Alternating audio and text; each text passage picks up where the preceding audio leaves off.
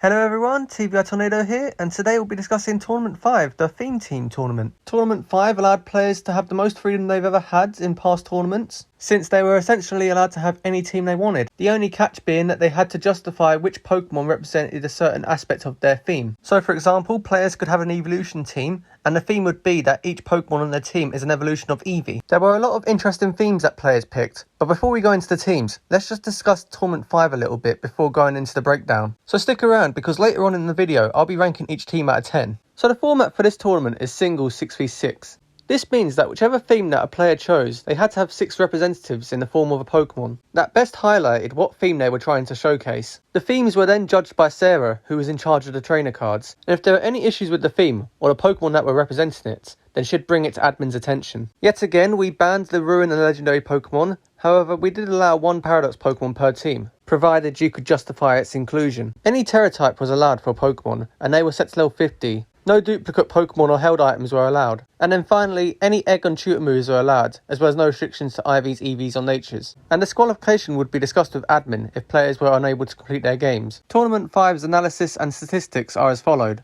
These were the typings from most used to least used. Please note that the monotypes were 24 out of 72 used, while duotypes was 48 out of 72 used. These are the most popular Pokemon used in this tournament. There's not a standout Pokemon this time, just a bunch of 2s and 3s. This is a small list of Pokemon that were unused. I thought they had great potential of being in the tournament, but for whatever reason, players just didn't choose them. Additionally, out of all 72 Pokemon, 13 don't evolve. 37 are from a 2-stage line, and 22 are from a 3-stage line. Dondozo is the tallest Pokemon at 12 meters, while the heaviest Pokemon is Mudsdale at 920 kilograms, while Mimikyu earns the award for being the shortest and lightest Pokemon at 0.2 meters and 0.7 kilograms respectively. On screen are records of the total Pokemon that are returned from each tournament. And then finally, with the generations of Pokemon, Generation 9 seems to be the most popular with 20 Pokemon chosen, while Generation 4 is the least popular with only 2 chosen. And then Pokemon yet to debut in TVI tournaments. We see that there are only 7 Generation 7 Pokemon yet to be used, while Generation 9 is still quite high up with 17. As some final bonus trivia, Goldengo has been used in every single one of our tournaments, while Magnezone, Tinkaton, Corviknight and Kilowattrel follow close behind with 4 tournaments each. Time to go on to Tomorrowland to rank these teams. But before I do that, I'd like to take this time to suggest that you subscribe to this channel to keep up to date with all our tournament news and information. A simple click really helps small YouTubers like me grow, and I know a lot of you watching are currently not subscribed, so please help the channel to its first milestone of 100 subscribers just by clicking the button. And with that said and done, let's move on to how I'll be ranking these teams. I'll be ranking the teams from 1 to 10, 1 being practically unusable while 10 being the ultimate team ever constructed. And while I will be looking for how offensive and defensive the teams are, I'll be ranking how much support and utility the team can provide, as well as how much coverage options each Pokemon possesses. So starting off alphabetically, we have 15 Luapo 9's team. I'd give this team a solid 8 out of 10, purely because of just how offensive it is. Every one of the Pokemon is capable of doing massive amounts of damage, and if you can use Glamora's ability to set up Toxic Spikes early, and then allow Toxic to do some damage to the Pokemon on the opposite team, then the rest of the Pokemon can just deal massive damage at the end game to just get the clear win. Speaking of Glamora, it has a quad weakness to ground, which is only really covered by Levitate on Hydreigon, while Hydreigon has a quad weakness to Fairy, which is only really covered by Glamora and Sizzle. And since Psychic and Fairy are big weaknesses to this team, I've had to knock the defensive ranking down a bit, because even though you can do a massive amount of damage and get KOs left, right and centre, if you mess up a switch-in, or the opponent catches you out with a coverage move, then I can only really see Dondozo or Annihilate surviving. In terms of support though, like I mentioned earlier, Glamora could have Toxic Debris to set up Toxic Spikes, and if Paldean Taurus has Intimidate, then the attackers on the opposing team will be doing less damage. And with the right switch-in, a super effective hit could actually be a resisted hit. And your coverage options aren't too bad either. A lot of these Pokemon have at least 2 or 3 other moves in their arsenal that aren't their typings, especially when you consider Terrestrialization as an option to boost the power of your moves. Next we've got Amadoulis' Doggo's team, and again I'd have to give this a solid 8 out of 10. It's very aggressive with the exception of Dash Bun, but where there is great offense, there comes a sacrifice to the defense of the team. Half of the team I'd consider very glassy,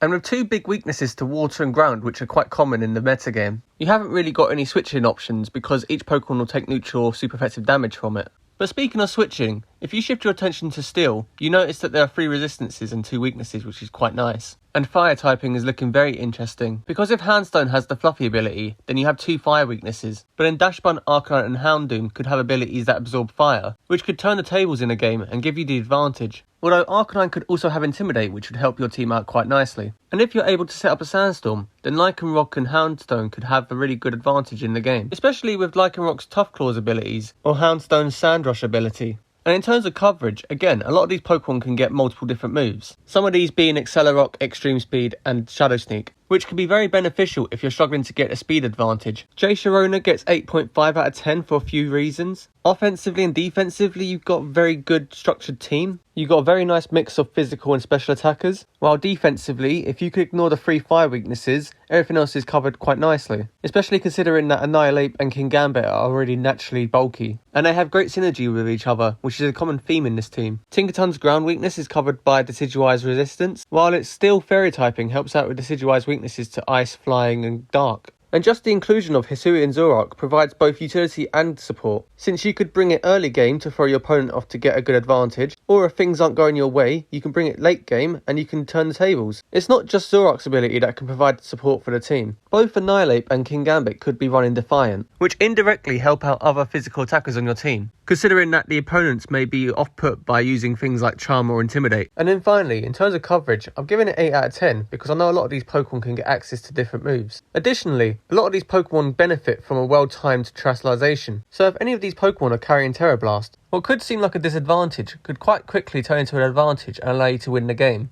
Now this is Jigsaw's Power Ranger team, and I can quite comfortably give it an 8.5 out of 10. The sheer power that comes from this team is ridiculous, easily a 9 or 9.5, while defensively, you've got a lot of resistances that will make switching around really easy for you. Just be a bit weary of ground and ghost moves. And if that wasn't good enough, Greninja can get access to Protean, which automatically means that any electric, grass, fighting, bug or fairy type moves to come its way, with one move it can automatically change its type, giving you another resistance or even an immunity. The other support you get from this team is from Goldengo and Hatterene. If the opponent tries to hit you with a status move, then Goldengo would just ignore it completely, while Hatterene will bounce it back, meaning that not only are you dealing out a lot of damage with a Pokemon that can change its type, but you also have the ability to throw your opponent off if they're trying to use a status move to hinder you. And then the cherry on top comes from your utility access. You get priority moves in things such as Bullet Punch, Water Shuriken and Shadow Sneak, while also being able to set up Trick Room for the slower Pokemon, or setting up a terrain if you wanted to get an advantage on one of those. Seriously, this is looking like a really amazing team. And the coverage options you get access to is only heightened by Greninja's Protean ability, meaning your opponent is going to really struggle to try and weave in attacks while doing status moves,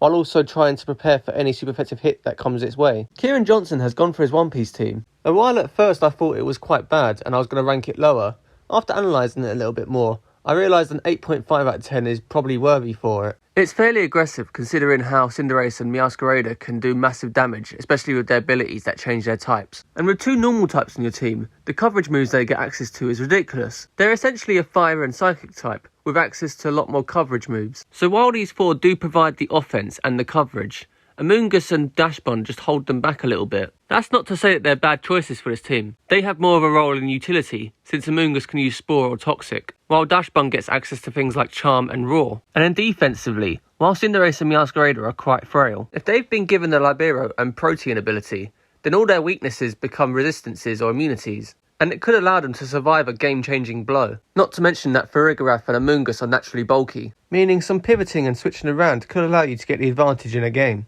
The best play for this team would be to whittle the opponents down bit by bit, and then finish your opponents off with some massive endgame blows. Welcome to the group, Liviella. You've done an amazing job building a team of pets. You're also bringing a much needed girl power to a very male heavy group. So good luck in this tournament, and hopefully you stick around for some more battles in the future. But in terms of this tournament and this team, you've got a very balanced team with a lot of potential. You have a good amount of offense coming from Meowscarada, Arcanine and Oricorio, while defensively, you've got the bulk coming in from Mudsdale and Maboschiff. Even in terms of your team's defensive typings, your only biggest weakness comes from water, which Meowscarada can deal with Flower Trick. And again, if it has the Protean ability, all its weaknesses can be gone. But that's not the only support you get from this team. Both Mabosstiff and Arcanine get Intimidate, and paired with Mudsdale's stamina ability, any physical attackers that come your way are automatically shut down. So essentially, you only have to really worry about special attackers. And this is where your utility comes in, because if you can lower the opponent's attacks well enough, you can send in Oricorio and set up a quiver dance or two, and then you can just sweep the rest of the competition. And then finally, in terms of your coverage, we already know that Meowscarada gets access to a lot of different typed moves. So it'll be interesting to see what other movesets you've given Mabostiff, Oricorio, Arcanine and Mudsdale. And then maybe Dashbun can be the dark horse of the team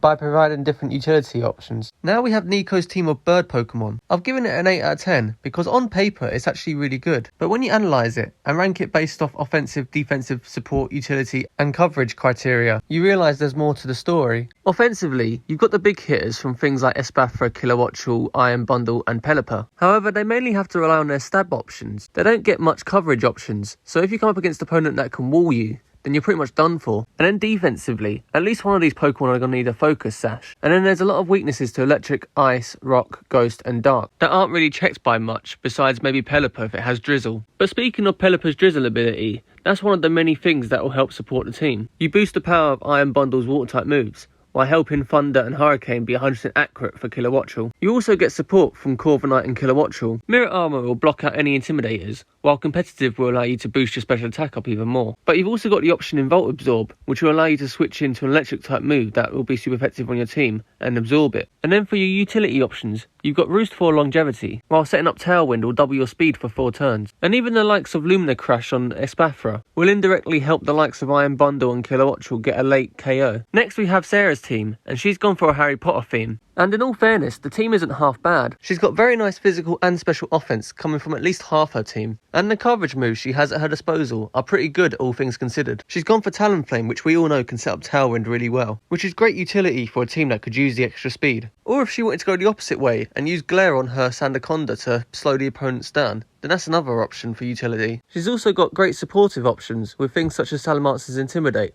or if she wants to go all out, then Moxie's another good option. And then if Sandaconda has Sand Spit, not only are you chipping damage from your opponents, ready for a late game victory, you're also doubling the speed of Handstone if it has the Sand Rush ability. You've also got decent defensive support, especially when it comes to King Gambit, because you've got Salamence and Talonflame to take the fire hits. And if you're worried about fighting or ground types, then you've got a lot of immunities in your team that can take care of that. I think the best course for this team is to play the slow game, get a quick KO or two in the early game, and then use the middle to late game to set up status conditions, and then use things like Sandstorm and Stealth Rock to chip at the opponent's health. That way you can get to the late game and use things like Fluttermane and King Gambit to knock out the opponents because they'll be on yellow or red health. Things get a little messy when it comes to Shiny Man Javo's team, because while his theme is brilliant, I can't say the same thing for the team composition and how well it performs overall. Starting off with the worst point, which is coverage at 6.5.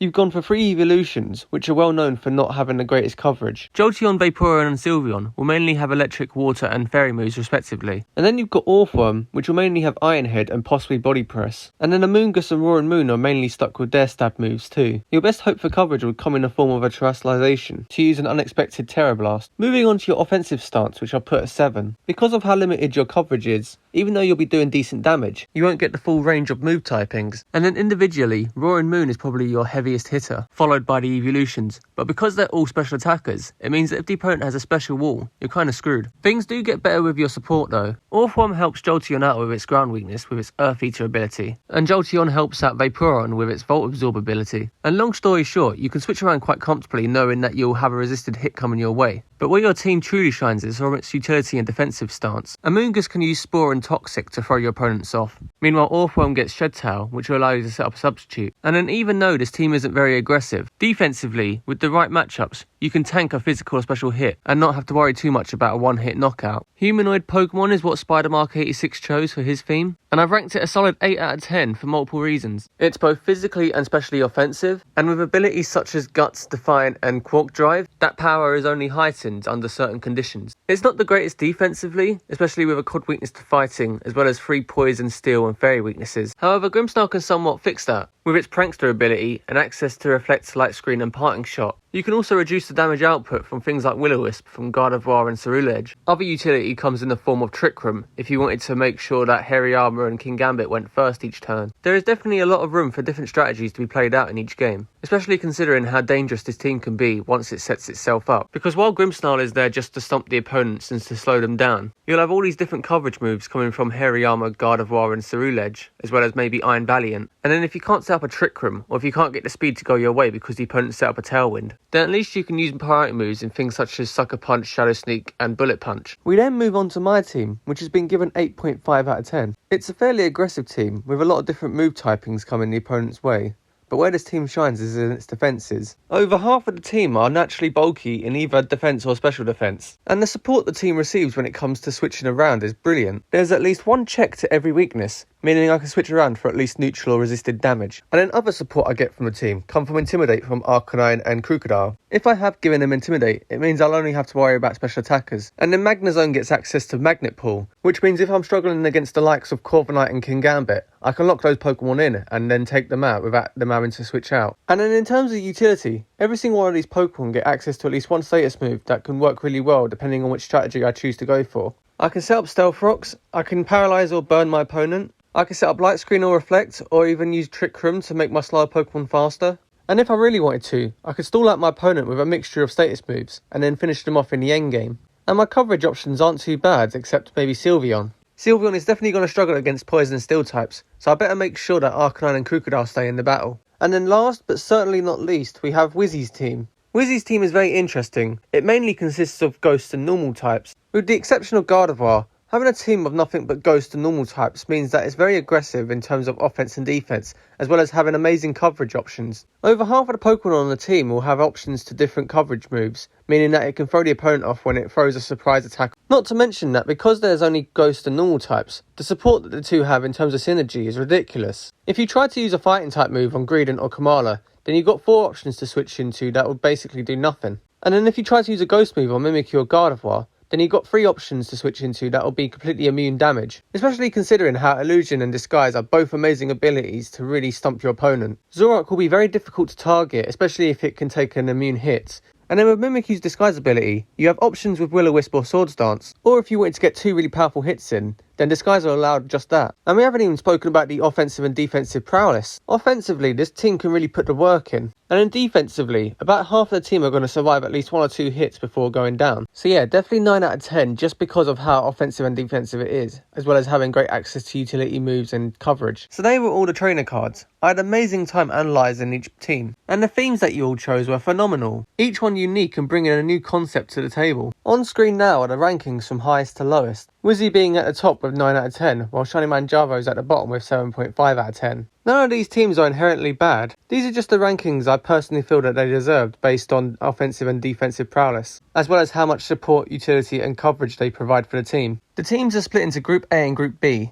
Each player will have to face everyone else in the group, effectively having 5 games. The top 4 from both groups will advance into quarterfinals and then the semis and finals to decide who the winner is, while the remaining players face off against each other to see who gets the redemption match. As always, a 2-0 win is 4 points, a 2-1 win is 3 points, a 1-2 loss is 2 points, and a 0-2 loss is 1 point. Before I wrap this video up, these are the teams ranked based purely off stats alone. In 12th place, we have Wizzy's 7 Deadly Sins team with base stat total of 2,824. In 11th place, we have Nico's Burbs team with a base stat total of 3,006. In 10th place is the One Piece team from Kieran Johnson at 3,028. And then Amadudis is there with his Dogs team with a base stat total of 3,032. Up next is Livy Ella with her Pets team at 3,043. And then I'm next with my favourite number 7th, representing the 6 human senses at a base stat total of 3,109. And then Shiny Manjaro has unintentionally joined me, also sharing a base stat total of 3,109, with his acronym team that puts him in 6th place. And then just missing out on top 4, we have Spidermark 86 with his Humanoids team, racking up a massive base stat total of 3,167. In 4th place, we have the questionable Race to the Top team, piloted by 15 Luapo 9, which gives us a base stat total of 3,180. Kicking off top 3 now, we have Jigsaw's Power Ranger team, a base stat total of 3,205. And then just missing out on 1st place, we have TVS Secretary Sarah's Harry Potter team, with a base stat total of 3,217.